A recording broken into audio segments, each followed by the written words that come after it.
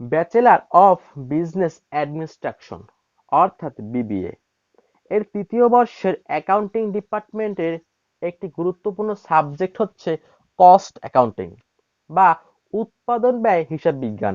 এই সাবজেক্টের মূল লক্ষ্য হচ্ছে একটি প্রতিষ্ঠান তার পণ্য উৎপাদন করতে যে সকল ব্যয়ের সম্মুখীন হবে সেই ব্যয়গুলি নিরূপণ করা সম্পর্কে বিস্তারিত আলোচনা করা। দেখো বন্ধুরা, এখানে কিন্তু মূলত একটি পণ্য উৎপাদন সংক্রান্ত যাবতীয় ব্যয়কে বিশ্লেষণ করা হয়েছে। তো বিগত যে আমি অধ্যায়টি কমপ্লিট করেছিলাম এই কস্ট অ্যাকাউন্টিং এর, সেটি ছিল লেবার সম্পর্কে, অর্থাৎ ওই সকল শ্রমিকদের মজুরি সম্পর্কে যে সকল শ্রমিকরা প্রতিষ্ঠানের কাঁচামালকে পণ্যে রূপান্তর করে। তো আজকে আমরা কাজ করব এই কস্ট অ্যাকাউন্টিং এর আরেকটি মোস্ট ইম্পর্টেন্ট অধ্যায় নিয়ে, যা বিনা পণ্য তৈরি হতেই পারে না, সেই যে কাঁচামাল। যদি কাঁচামাল না হয় তবে কিন্তু পণ্য তৈরি হবে না, পণ্য তৈরি করা অসম্ভব। তো এই জন্য আমরা আজকে যে অধ্যায় নিয়ে কাজ করব সেই অধ্যায়ের নাম হচ্ছে ম্যাটেরিয়ালস, যেখান থেকে প্রতি বছরই বোর্ড পরীক্ষায় সি পার্টে এবং বি পার্টে উভয় পার্টেই প্রশ্ন হয়ে থাকে। এখন দেখো, কাঁচামাল যা দরকার হয় পণ্য তৈরি করতে। এখন একটি প্রতিষ্ঠান প্রথমত দেখবে যে তার কতটা কাঁচামাল দরকার এক বছরে, কারণ সাধারণত আমরা হিসাব বিজ্ঞানের ক্ষেত্রে হিসাব করি এক বছর অন্তর অন্তর। তো একটি প্রতিষ্ঠান প্রথমেই দেখবে যে যে তার কতটা কাঁচামাল দরকার এক বছরে, তার বার্ষিক ব্যবহার কত কাঁচামালের, অর্থাৎ সে এক বছরে কতটা কাঁচামাল ব্যবহার করে পণ্য তৈরি করে। এখন ধরো ধরো একটি প্রতিষ্ঠানের এক বছরে দরকার 2000 কেজি কাঁচামাল। এখন সে চাইলে কিন্তু একবারেই সবটা কাঁচামাল, ওই 2000 কেজি কাঁচামালকে ক্রয় করে এনে রাখতে পারে তার প্রতিষ্ঠানে। যদি সে এমনটা করে তবে তার কিন্তু ওই যে কাঁচামাল ক্রয় করতে যাওয়ার যে খরচটি সেটি একবারই হবে। অর্থাৎ দেখো, যে প্রতিষ্ঠানগুলি ছোট আকারে সেখানে কিন্তু মালিক নিজে গিয়েই কাঁচামাল ক্রয় করে আনে, কিন্তু যেই প্রতিষ্ঠানটি বৃহত্তর সেখানে কিন্তু ক্রয় করার জন্য আলাদা বিভাগ থাকে, ক্রয় ডিপার্টমেন্ট। তো তারা যখন যাবে ওই কাঁচামালটি ক্রয় করতে, তখন কিন্তু তার অনেক ব্যয় হবে, হতে পারে যাতায়াত খরচ, মনিহারি খরচ, যে শ্রমিক বা যে ব্যক্তি ওইখানে গিয়েছে তার একটি বেতন দেওয়া লাগবে। তো এমন কিন্তু অনেক প্রকার ব্যয় হবে। তো যদি ওই প্রতিষ্ঠান সিদ্ধান্ত নেয় যে তারা 2000 কেজি কাঁচামাল যা তার সম্পূর্ণ বছরে প্রয়োজন সেটি সে একবারে ক্রয় করে আনবে, তবে কিন্তু তার এই যে তার কাঁচামালটি ক্রয় করে আনার ব্যয়টি সেটি কিন্তু একবারই হবে। তো এই যে কাঁচামাল সে ক্রয় করে আনবে তার যে ব্যয়টি হবে, আমরা এটিকে বলবো অর্ডার কস্ট বা প্লেসমেন্ট কস্ট, ওসি। এখন দেখো, এটি কিন্তু অবশ্যই লাভজনক যে সে একবারে 2000 কেজি কাঁচামাল ক্রয় করে আনলো, তার একবারই হলো অর্ডার কস্ট বা প্লেসমেন্ট কস্ট, তার একবার হলো। কিন্তু সে যখন ওই কাঁচামালটি ক্রয় করে প্রতিষ্ঠানে আনলো, সে কিন্তু সবটা দিয়ে একবারেই সব পণ্য তৈরি করবে না, সে সারা বছর ধরে ওই 2000 কেজি কাঁচামাল দ্বারাই কিন্তু পণ্য তৈরি করবে, যা সে বিক্রয় করবে। এখন সে সারা বছর ধরে ওই কাঁচামালটিকে তার প্রতিষ্ঠানে জমা রাখবে বা গুদামজাতকরণ করবে। তো তার যে গুদাম বা স্টোর, সেখানে কিন্তু তার একটি ব্যয় হবে। হতে পারে ওই গুদাম সে ভাড়া নিয়েছিল, তো সেই স্টোরে রেন্ট দেওয়া লাগবে, গুদামের ভাড়া বা গুদামের ইলেকট্রিসিটি বিল বা গুদামের মনিহারি খরচ, গুদামের ফোরম্যানের বেতন ইত্যাদি কিন্তু অনেক প্রকার ব্যয় হতে পারে। এছাড়া যদি সে সকল কাঁচামালকে একসঙ্গে গুদামে রাখে তবে কিন্তু তার অনেকটা জায়গা লাগবে, তার স্পেস অনেক লাগবে। সেই জন্য কিন্তু তার এই যে স্টোরিং কস্ট বেড়ে যাবে, অর্থাৎ গুদামের খরচ বেড়ে যাবে। তো এই যে স্টোরিং কস্ট এর আরেকটি নাম আছে ক্যারিং কস্ট, অর্থাৎ ওই কাঁচামালটিকে প্রতিষ্ঠানে সারা বছর ধরে বহন করে রাখার জন্য যে ব্যয়টি হয়, ক্যারিং কস্ট। তো দেখো, যদি সে একবারে 2000 কেজি কাঁচামাল ক্রয় করে আনে তবে কিন্তু তার এই যে অর্ডার কস্ট এটি কম হবে, একবারই হবে। কিন্তু এই যে স্টোরিং কস্ট, গুদামে রাখার খরচ, সেটি কিন্তু বৃদ্ধি পাবে, বা ক্যারিং কস্ট কিন্তু বৃদ্ধি পাবে। আবার যদি সে মনে করে যে আমি দুইবারে কিনে আনবো, আমি প্রথম কিনে আনবো 1000 কেজি কাঁচামাল, আর পরে কিনে আনবো আরো 1000 কেজি কাঁচামাল, এখন এক্ষেত্রে কিন্তু তার এই যে অর্ডার কস্ট বা প্লেসমেন্ট কস্ট হবে দুইবার, এটি বৃদ্ধি পাবে। কিন্তু যেহেতু সে অল্প কাঁচামাল কিনে এনেছে এবং সে অল্প কাঁচামাল তার গুদামে রেখেছে, সেহেতু কিন্তু তার এই যে স্টোরিং কস্ট বা ক্যারিং কস্ট কম হবে।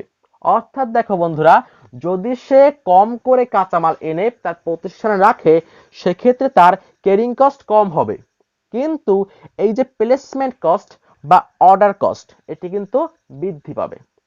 আর যদি সে মনে করে যে আমি একসঙ্গে সম্পূর্ণ কাঁচামাল ক্রয় করে আনবো, তবে কিন্তু তার এই যে প্লেসমেন্ট কস্ট, এটি কিন্তু কম হবে, কিন্তু পাশাপাশি এই যে ক্যারিং কস্ট, এটি কিন্তু বৃদ্ধি পাবে।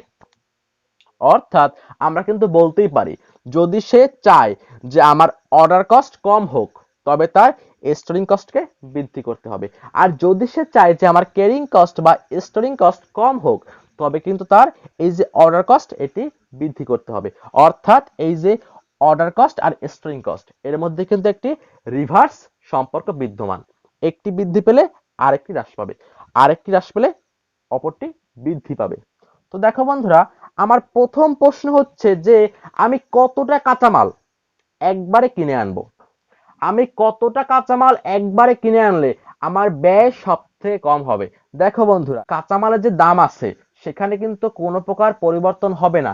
কাঁচামাল আমি যে দামে কিনে আনবো সে দাম তো ঠিকই থাকবে, কিন্তু আমার পরিবর্তন ঘটতে পারে এই যে অর্ডার কস্ট, এই যে অর্ডার কস্ট বা প্লেসমেন্ট কস্ট, অথবা এই যে স্টোরিং কস্ট, আমার কিন্তু এইখানেই পরিবর্তন ঘটতে পারে। তো আমাকে দেখতে হবে এই জন্য যে আমি প্রতিবারে কতটা কাঁচামাল ক্রয় করে আনলে আমার সব থেকে কম খরচ হবে। এই জন্য প্রশ্নপত্রে প্রায়শই বের করতে বলে ইকোনমিক অর্ডার কোয়ান্টিটি, অর্থাৎ ইওকিউ সংক্ষেপে, অর্থাৎ মিতব্যয়ী ফরমায়েশের পরিমাণ। খুব সহজে বলতে গেলে প্রতিবারে বা একবারে কতটা কাঁচামাল, কতটা পরিমাণ কাঁচামাল ক্রয় করলে প্রতিষ্ঠানের ব্যয় সবথেকে কম হবে। দেখো বন্ধুরা, যেহেতু এই যে অর্ডার কস্ট আর স্টোরিং কস্ট বা ক্যারিং কস্ট, এর মধ্যে একটি রিভার্স সম্পর্ক বিদ্যমান, বিপরীত সম্পর্ক বিদ্যমান, সেহেতু এই দুটিকে ব্যালেন্স করতে হবে। আর যেহেতু আমাকে এই দুটিকে ব্যালেন্স করতে হবে, আমার দরকার একটি ফর্মুলা বা সূত্র। তো এই জন্য এই যে ইকোনমিক অর্ডার কোয়ান্টিটি, এটি বের করার তিনটি মেথড আছে। প্রথমে হচ্ছে সারি আকারে বিস্তারিত ব্যাখ্যা দিয়ে বের করা, যাকে আমরা বলবো টেবুলার মেথড। এরপরে হচ্ছে সূত্র আকারে সহজে বের করা। সূত্রটি হচ্ছে এরকম যে আন্ডার রুট 2 × AR × OC ভাগ সিসি। দেখো বন্ধুরা, আন্ডার রুট 2 × AR, AR মানে হচ্ছে অ্যানুয়াল ইউজেস। আমাকে দেখতে হবে যে আমার বার্ষিক কতটা কাঁচামাল দরকার হয়, বার্ষিক কাঁচামালের ব্যবহার কত, ইন্টু ওসি অর্ডার কস্ট বা প্লেসমেন্ট কস্ট। একবারে পণ্য ক্রয় করতে গেলে কতটা ব্যয় হয় প্লেসমেন্টের জন্য, ভাগ সিসি ক্যারিং কস্ট, বা তুমি লিখতে পারো এসসি স্টোরিং কস্ট। ওই কাঁচামাল প্রতিষ্ঠানে গুদামজাত করতে হলে আমার কতটা ব্যয় হয়, স্টোরিং কস্ট বা ক্যারিং কস্ট। এখন দেখো বন্ধুরা, এই দুটি কিন্তু অঙ্ক আকারে বের করতে হয়। এছাড়া আরেকটি আছে চিত্র আকারে প্রকাশ করা, যাকে আমরা বলবো গ্রাফিক্যাল মেথড। যদিও প্রশ্নপত্রে ম্যাক্সিমাম টাইম বের করতে বলে টেবুলার মেথড আর সূত্র আকারে বের করা, ফর্মুলা মেথড। এখন দেখো বন্ধুরা, এইখানে এই সূত্রটি কি করে আসলো। মূলত এই যে টেবিলটি আছে, আমি যখন এটিকে বিস্তারিত আকারে দেখাবো যে আমি কতটা করে পণ্য একবারে অর্ডার দিলে আমার কতটা ব্যয় হয়, এইরূপ সারি এবং কলামের সাহায্যে আমি যখন বিস্তারিতভাবে বের করব, তখন কিন্তু সেই যে টেবিল, সেখান থেকে একটি ফর্মুলার সৃষ্টি হবে। সেটি মূলত এই সূত্রটি। আমি এখন এই সূত্র সম্পর্কে বেশি কিছু বলবো না, আমি তোমাকে ক্লাস নাম্বার 2 তে দেখাবো। যে কি করে এই সূত্রটি তৈরি হলো। দেখো বন্ধুরা, ক্লাস নং 2 তে আমি দেখাবো যে কি করে এই যে টেবিল, এই টেবুলার মেথড হতে এই সূত্রটি জেনারেট হয়েছে। আমি এইটি বিস্তারিত আকারে দেখাবো ক্লাস নং 2 তে। সেই জন্য ক্লাস নং 2 কিন্তু তোমার জন্য একান্ত আবশ্যক দেখাটা। আর দেখো গ্রাফিক্যাল মেথড, গ্রাফ আকারে দেখানো, এটা বেশি ইম্পর্টেন্ট না। দেখো, আমি তো এবার জানতে পারলাম যে আমার প্রতিষ্ঠানে কতটা কাঁচামাল একবারে ক্রয় করতে হবে, বা আমি একবারে কতটা কাঁচামাল ক্রয় করে আনবো, বা ইওকিউ, বা এটাকে অনেকে বলে রিঅর্ডার কোয়ান্টিটি।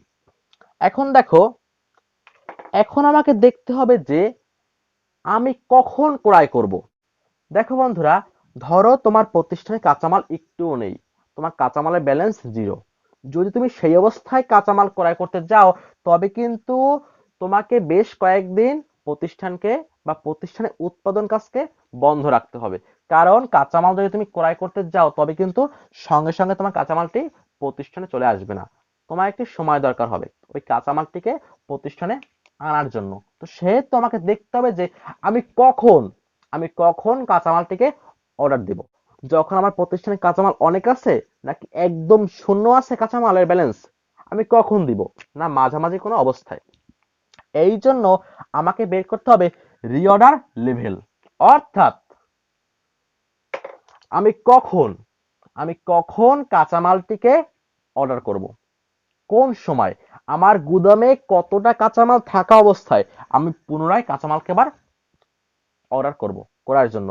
দেখো, এইটি বের করার জন্য আমার কিছু নতুন কিছু তথ্যের দরকার হবে, যার মধ্যে রয়েছে ইউজেস। আমাকে দেখতে হবে যে আমার প্রতিষ্ঠানে কতটা কাঁচামাল ব্যবহার করা হয়। দেখো, কাঁচামাল ব্যবহারের ক্ষেত্রে তিনটি আইটেম হতে পারে। প্রথমত, তুমি দেখতে পারো যে তুমি নর্মালি প্রতিদিন কতটুকু কাঁচামাল ব্যবহার করো, নর্মাল ইউজেস, তোমার সাধারণত ব্যবহার কত। আর হতে পারে যে তুমি বিশেষ কোনো অর্ডার পেয়েছো, সেক্ষেত্রে কিন্তু তুমি ম্যাক্সিমাম ইউজ করবা, যে তোমার সর্বোচ্চ কতটা ব্যবহার হতে পারে কাঁচামালের। আর হতে পারে কমপক্ষে একদম মিনিমাম তোমার কতটা হতে পারে ইউজেস। দেখো বন্ধুরা, এইখানে ব্যবহার হতে পারে কাঁচামালের তিনটি আইটেমে।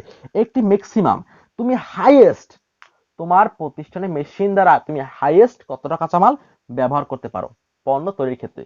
আর একটি নরমালি, তুমি রোজ নরমালি তুমি যা করো ব্যবহার।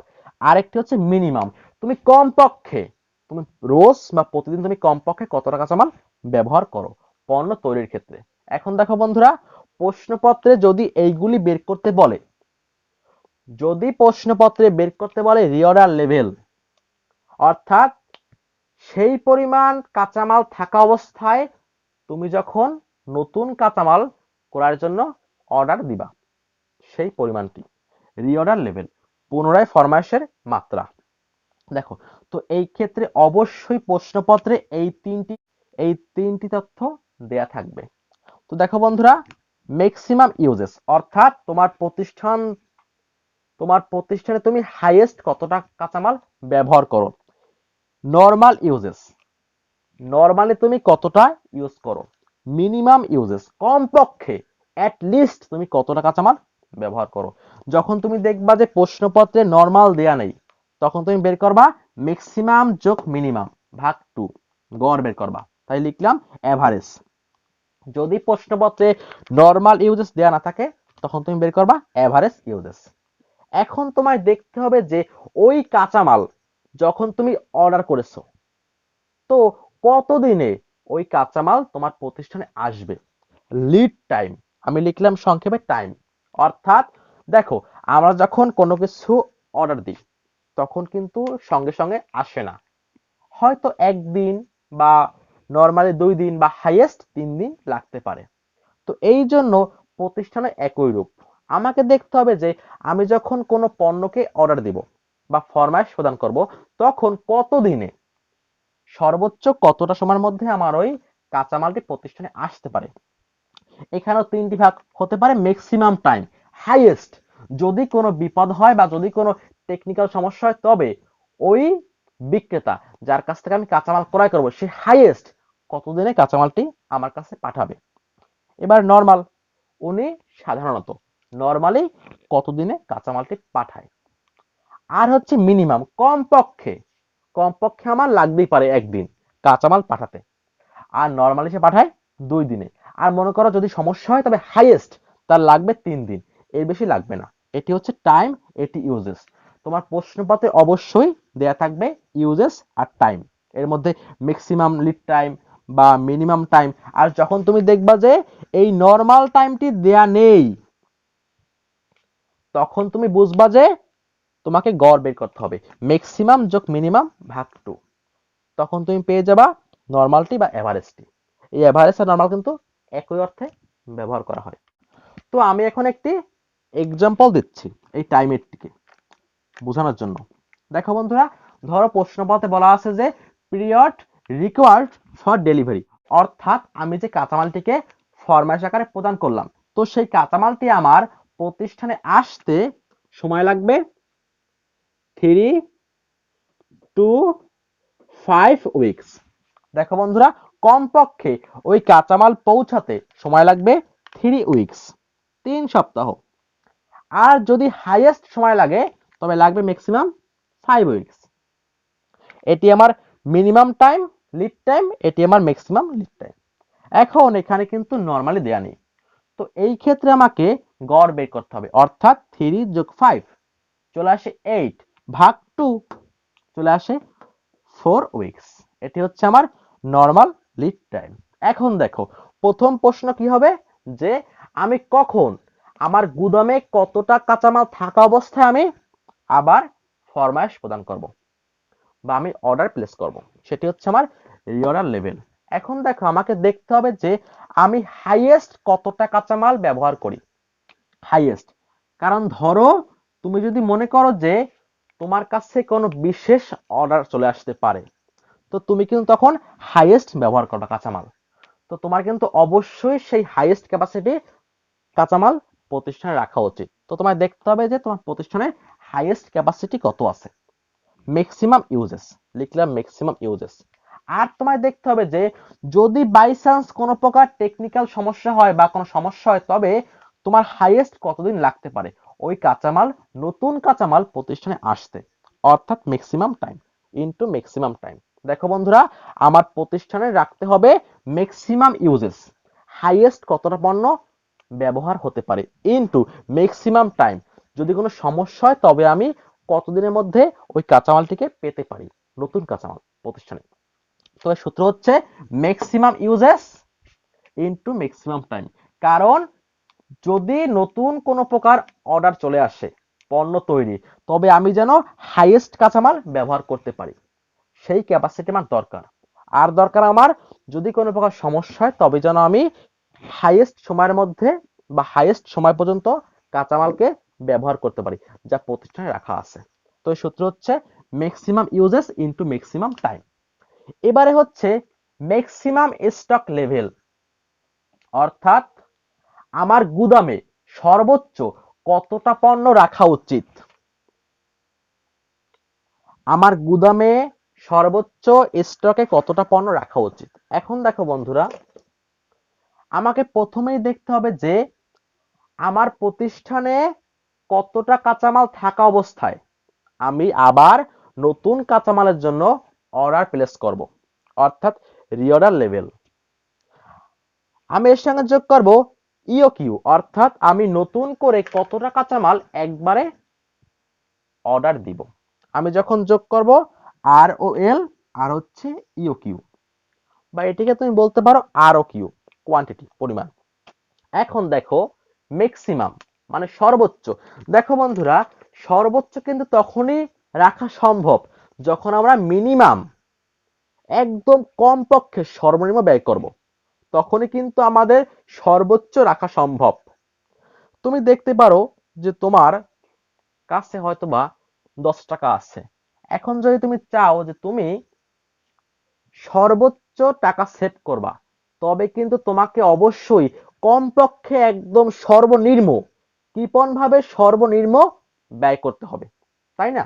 তো যেহেতু আমি বের করব ম্যাক্সিমাম স্টক লেভেল, সেহেতু আমি এখানে দেখব যে আমার মিনিমাম ইউজ কত আছে আর মিনিমাম লিড টাইম কত আছে, অর্থাৎ minimum uses into minimum time গুণ করব। এটি হচ্ছে আমার ম্যাক্সিমাম স্টক লেভেল। আবার বলতেছি বন্ধুরা, আমি যোগ করব আর ও এল, আমি কখন পণ্য আবার অর্ডার করব, অর্থাৎ পণ্য তৈরিকৃত কাঁচামাল কখন করব অর্ডার, প্লাস ইও কিউ, আমি কতটা কাঁচামাল ফরমায়েশ প্রদান করব বা কতটা কাঁচামালের ফরমায়েশ প্রদান করব, মাইনাস আমি মিনিমাম ব্যবহার করব ইনটু মিনিমাম সময় লাগবে। ওকে, এখন দেখো বন্ধুরা, মিনিমাম স্টক লেভেল অর্থাৎ সর্বনিম্ন কমপক্ষে আমার প্রতিষ্ঠানে কতটা কাঁচামাল একান্তভাবে দরকার। এর জন্য দেখো বন্ধুরা, আমাকে দেখতে হবে যে আমি নরমালি কতটা ব্যবহার করি আর নরমাল সময় কি আছে।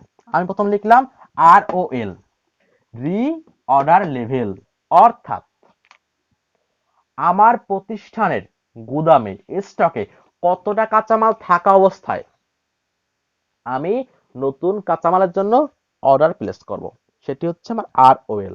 আমি এখান থেকে বাদ দিব normal uses into normal time, কারণ মিনিমাম তো তখনই সম্ভব যখন আমরা নরমাল ব্যবহার করব, নরমালি যা করি সেই কাজগুলি করব, তখন কিন্তু মিনিমাম হবে কমপক্ষে। এখন দেখো বন্ধুরা, এখানে একটা বিষয় আছে, তুমি হয়তো বলতে পারো যে মিনিমাম তো আমার প্রতিষ্ঠানে গুদামে একদম জিরো ব্যালেন্সও থাকতে পারে কাঁচামালের, কিন্তু দেখো বন্ধুরা, এই প্রতিষ্ঠানের ক্ষেত্রে জিরো ব্যালেন্স রাখা কখনোই ঠিক না। তো এই জন্য এখানে জিরো হওয়ার কোনো চান্স নেই, তোমাকে এখানে ব্যবহার করতে হবে নরমালি। এবার হচ্ছে সেফটি স্টক বা ডেঞ্জার লেভেল।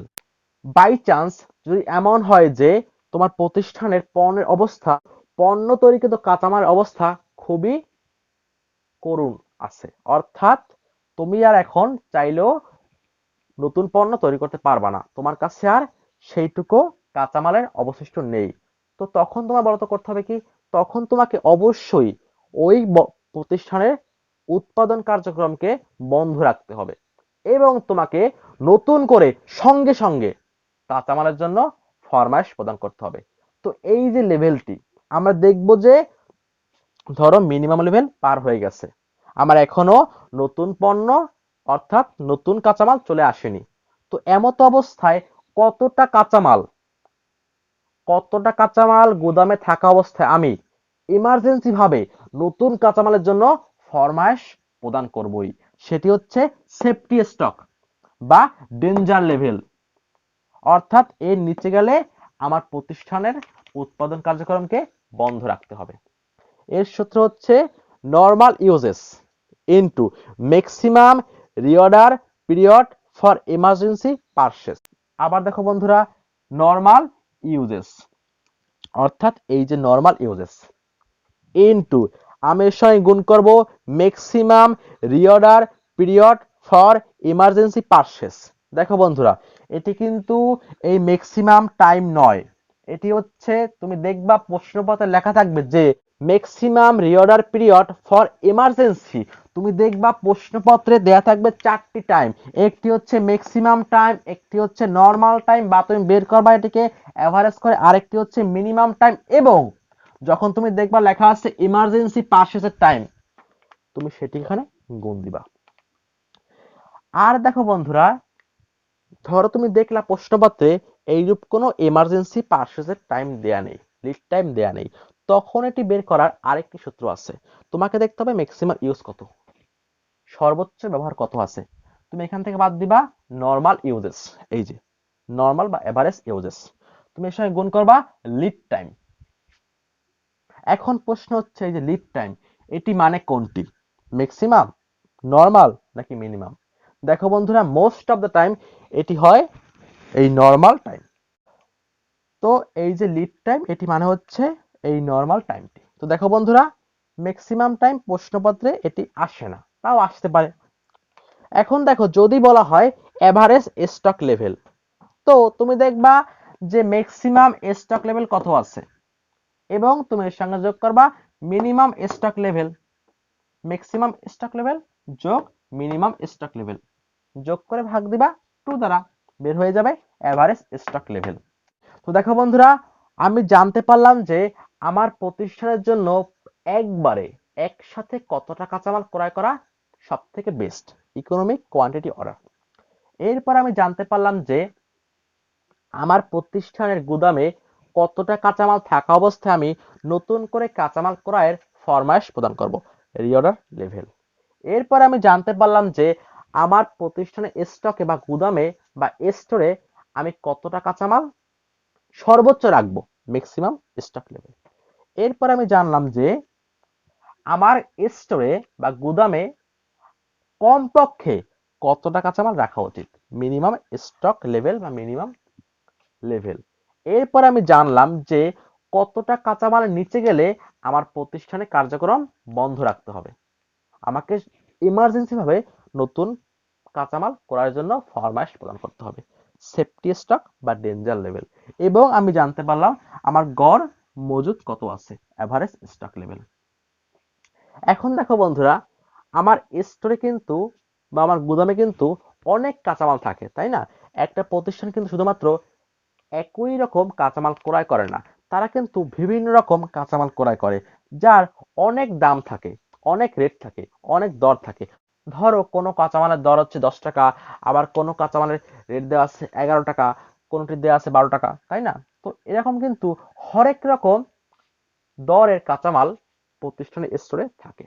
এখন যখন আমরা ওই কাঁচামালগুলিকে পণ্য উৎপাদন করার জন্য বা পণ্য তৈরি করার জন্য উৎপাদন বিভাগে পাঠাবো, তখন আমরা ওই কাঁচামালের কি দর ঠিক করব।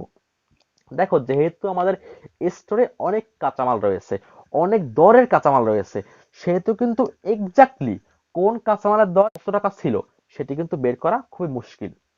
তো এই জন্য তোমাকে কিন্তু অবশ্যই দরকার যে তুমি যে কাঁচামালটিকে প্রেরণ করতেছো উৎপাদন করার জন্য বা পণ্য তৈরি করার জন্য তার দর নির্ধারণ করা। কারণ যদি তুমি কাঁচামালের দর নির্ধারণ করতে না পারো, তবে কিন্তু তুমি কখনোই ওই কাঁচামাল দ্বারা যে পণ্য তৈরি হবে সেই পণ্যের দাম সঠিকভাবে নিরূপণ করতে পারবে না। এই জন্য তোমার একান্তভাবে দরকার ওই কাঁচামালের জন্য একটি সঠিক দর ধার্য করা। তো এই জন্য দেখো বন্ধুরা, যেই কাঁচামালগুলি আমি স্টোর থেকে উৎপাদনের জন্য বা পণ্য তৈরির জন্য পাঠাবো তার একটি সঠিক দর ঠিক রাখা। অর্থাৎ আমি যে কাঁচামালগুলিকে ইস্যু করব পণ্য তৈরির জন্য তার একটি সঠিক রেট নির্ধারণ করা।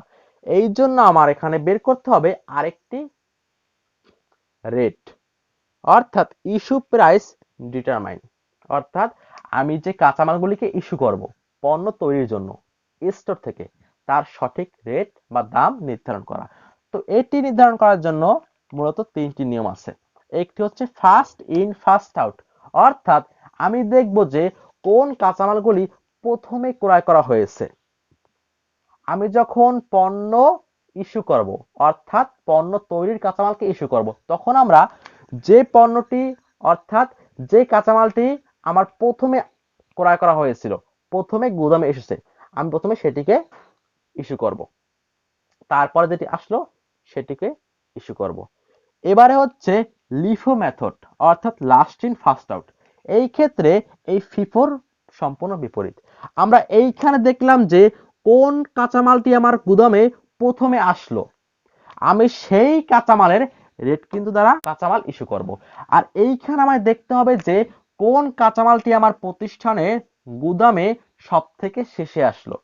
যেই কাঁচামালটি আমার সব থেকে শেষে আসছে আমি সেটিকে প্রথমেই ইস্যু করব, অর্থাৎ সেই কাঁচামালের দর দ্বারা আমি কাঁচামাল ইস্যু করব। আর দেখো বন্ধুরা, এই দুটি ছাড়াও কিন্তু আরেকটি নিয়ম আছে, সেটি হচ্ছে এভারেজ, গড়। আমি এখানে দেখব না যে আমার কোন কাঁচামালটি প্রথমে আসলো বা কোন কাঁচামালটি শেষে আসলো, আমি এখানে উভয় কাঁচামালের গড় বের করব। এখন এই গড় বের করা যায় দুইটি উপায়ে, একটি হচ্ছে সিম্পল অ্যাভারেজ মেথড, আরেকটি হচ্ছে ওয়েটেড অ্যাভারেজ মেথড। দেখো বন্ধুরা, সিম্পল, তো এই ক্ষেত্রে তোমায় দেখতে হবে যে তোমার কাছে কতগুলি দরের কাঁচামাল রয়েছে, তোমাকে সেই দরের, দেখো বন্ধুরা এখানে তোমাকে রেটের, তোমার কাছে যতগুলি দরের কাঁচামাল রয়েছে তোমাকে সেই রেটের একটি গড় বের করতে হবে এবং তুমি সেই দরের গড় দ্বারা তুমি এখানে ইস্যু করবা কাঁচামালকে। আর এটি হচ্ছে ওয়েটেড, ভারযুক্ত। তো এই ক্ষেত্রে তোমার দেখতে হবে যে তোমার কাছে মোট কত টাকার কাঁচামাল রয়েছে এবং মোট কত পরিমাণ কাঁচামাল রয়েছে। তুমি যখন সেই কাঁচামালের মোট দামকে ভাগ দিবা কাঁচামালের মোট পরিমাণ দ্বারা, তখন তুমি পেয়ে যাবে একটি রেট। আর তুমি কিন্তু সেই দর দ্বারা বা সেই রেট দ্বারা কাঁচামাল ইস্যু করবা তোমার পণ্য তৈরির জন্য। তো দেখো বন্ধুরা, এই হচ্ছে আমার ফিফো মেথড, লিফো মেথড, এভারেজের দুটি ভাগ, simple average method, weighted average method. তো দেখো বন্ধুরা, এই হচ্ছে যাবতীয় বিষয় এই ম্যাটেরিয়ালস অধ্যায়ের। এছাড়া কিন্তু আরো অনেক প্রকার সূত্র এখানে আছে বইতে দেয়া, তবে maximum time, most of the time পরীক্ষায় EOQ, R O L, maximum stock level, minimum stock level, FIFO, LIFO, এভারেজের মধ্যে সিম্পল বা ওয়েটেড, এগুলোই পরীক্ষা আসে। সি পার্টে এগুলি আসে, বি পার্টে এখান থেকে সূত্র আসে, যা ঘটেছিল বিগত সালে পরীক্ষায়ও। তো দেখো বন্ধুরা, এরপরে চলে আসবে আমাদের ক্লাস নং 2, যেখানে আমি দেখাবো এই যে ইকোনমিক অর্ডার কোয়ান্টিটি এর মৌলিক আলোচনা, যেখানে আমি দেখাবো অঙ্কের সমাধান দ্বারা যে কি করে এই সূত্রটি তৈরি হলো। দেখো বন্ধুরা, সূত্র কিন্তু এমনি এমনি তৈরি করা যায় না, সূত্র কিন্তু তৈরি হয় অঙ্কের উপর ডিপেন্ড করে। আমাকে দেখতে হবে যে কেন এই 2 আসলো বা এআর চলে আসলো বা ওসি আসলো বা এখানে হলো আন্ডার রুট, কেন। আমি তোমাকে বিস্তারিত ভাবে এই সূত্রটি কি করে তৈরি হয়েছে, how to generate this formula, আমি এই বিষয়ে কিন্তু বিস্তারিত ব্যাখ্যা দিব ক্লাস নং 2 তে।